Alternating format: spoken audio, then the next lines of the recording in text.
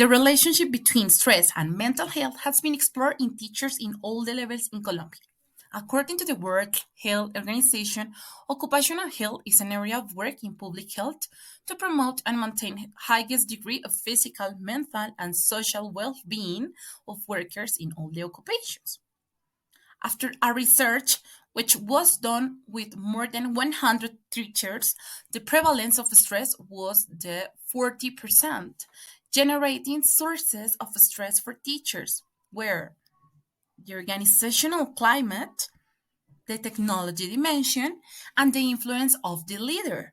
The highest prevalence of stress was found in educational level of secondary. All these teachers were evaluated in a mental way. With these results, we can say that more than the 60% of the teachers have felt anxiety and severe depression at least more than twice in their lives.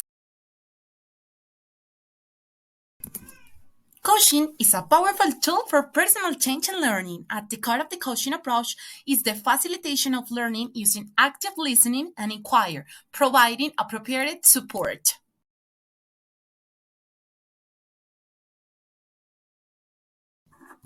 Transformative learning and coaching. Transformational learning shapes people. They are different afterward in ways both they and others can recognize. Clark, 1993. Transformative learning is also essentially a learning process that assists people with making meaning of their experiences.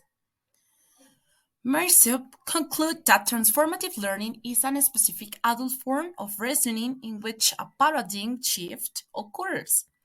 During the transformative learning, we critically examine prior interpretations and hold assumptions in order to form new meanings. The teachers must not only be able to implement new practices, but they must be able to attach newly transformed personal meanings around those teaching practices. It means that teachers that bring to the instructional coaching environment pure beliefs about what works and what doesn't. They often are entitled in their own paradigms and own perceptions, which make everything increasingly difficult for them to learn and implement new practices. Nonetheless, transformative learning provides a focus on development of knowledge, behaviors, and skills. It can be beneficial to the teachers as they revise their personal meanings and teaching practices.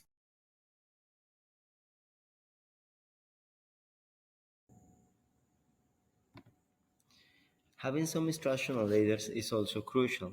I strongly suggest that your school prepare for the future leaders by implementing an instructional leadership program.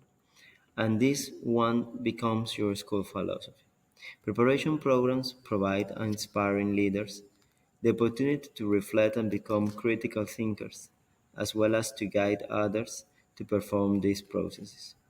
These programs also take into account adult learning theory that considers adult learners as autonomous, motivated, and self-reflective. Take advantage of those who have an active role in your school because they are more likely to succeed as future leaders.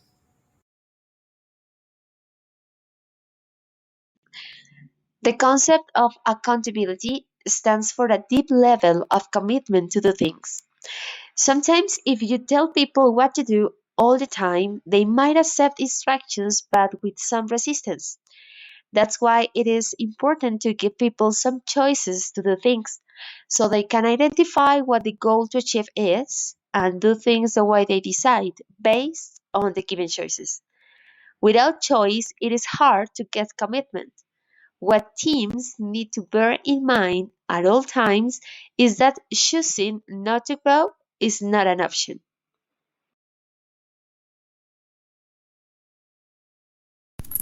When teachers can reflect on their actions, it is also a way to promote the autonomy. Do their thinking, as Jim Knight refers in his Partnerships Principles for Instructional Coaching 2021. It is also a shared practice.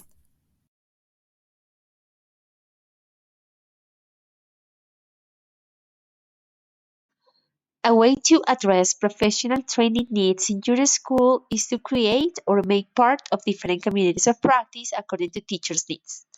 Etienne Banga, a pioneer in the social learning theory of communities of practice, says that to be part of a community allows teachers not only to interact with others who share their same passion about a topic, but also to gain a sense of identity, share values, information, perspectives, and provide solutions together.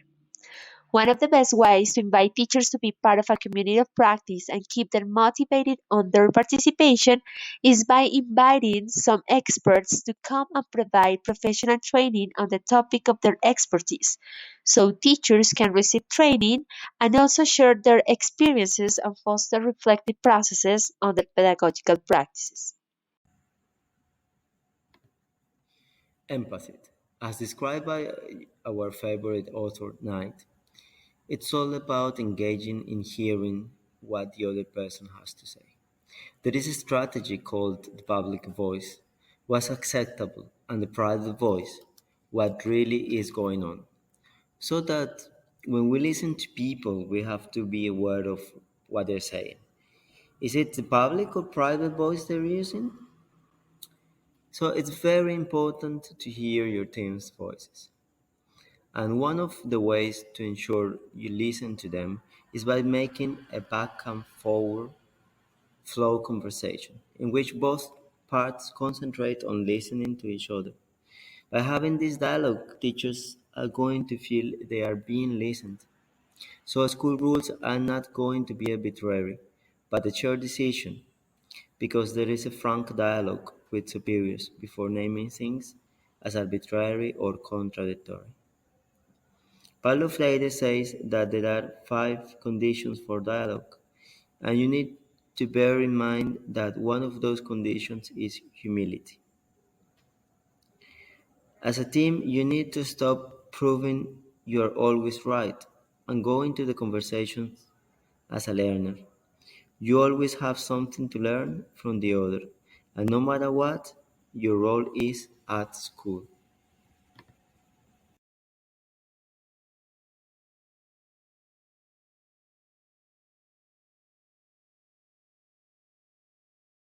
Now, would you recommend coaching for your teaching and learning environment?